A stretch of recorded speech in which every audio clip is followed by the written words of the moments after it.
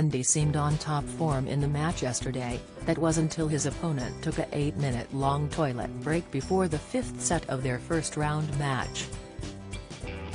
Infused by the situation, Andy accused Stefanos of cheating, saying that leaving court for that amount of time is nonsense and he knows it. However, after a devastating loss to Canadian Denis Shapovalov in this year's Wimbledon, the former champ might be past his prime health-wise. Since 2017, Andy has had some noticeable injuries that have affected his game.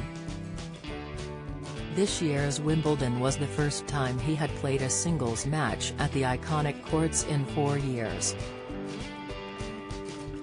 In an interview with the Evening Standard back in May of this year, he revealed that the past few years have been tough. The most noticeable injury the star has had to face was on his hip. "I am going to die." Stephen Coogan's health struggle. This led to a number of consultations with hip specialists, and in January 2018 the star had to have surgery. Although both Andy and his team were reluctant to reveal the details of his surgery, experts speculated that he had to have hip impingement, a problem with the ball and socket joint. Professor Max Feely, consultant orthopedic surgeon and clinical director at the Manchester Hip Clinic at the time, said, "Repetitive and heavy hip flexion can damage the cartilage of the socket and can lead to deformity of the ball. This is a common injury in high-impact sports such as martial arts, rugby and gymnastics. It's not as common in tennis, but Murray is such an impact player."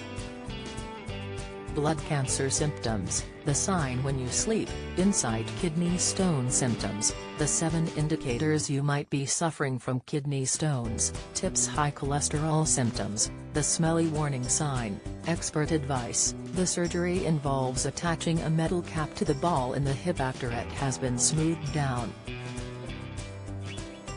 This metal strip is put in place in the pelvic socket, a good alternative to those who do not want a full hip replacement. After surgery, the future of Andy's career looked bleak, with 95% of the people who have the surgery being able to play only low-impact sports such as golf.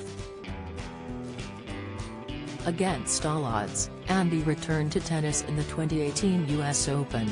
Despite being defeated in the second round, his reappearance made fans hopeful that he was getting back on top form. However, a second hip operation in 2019 caused more setbacks for the player. Speaking about his new metal hips, Andy said, "Once I had the metal hip, I knew it wasn't going to be easy.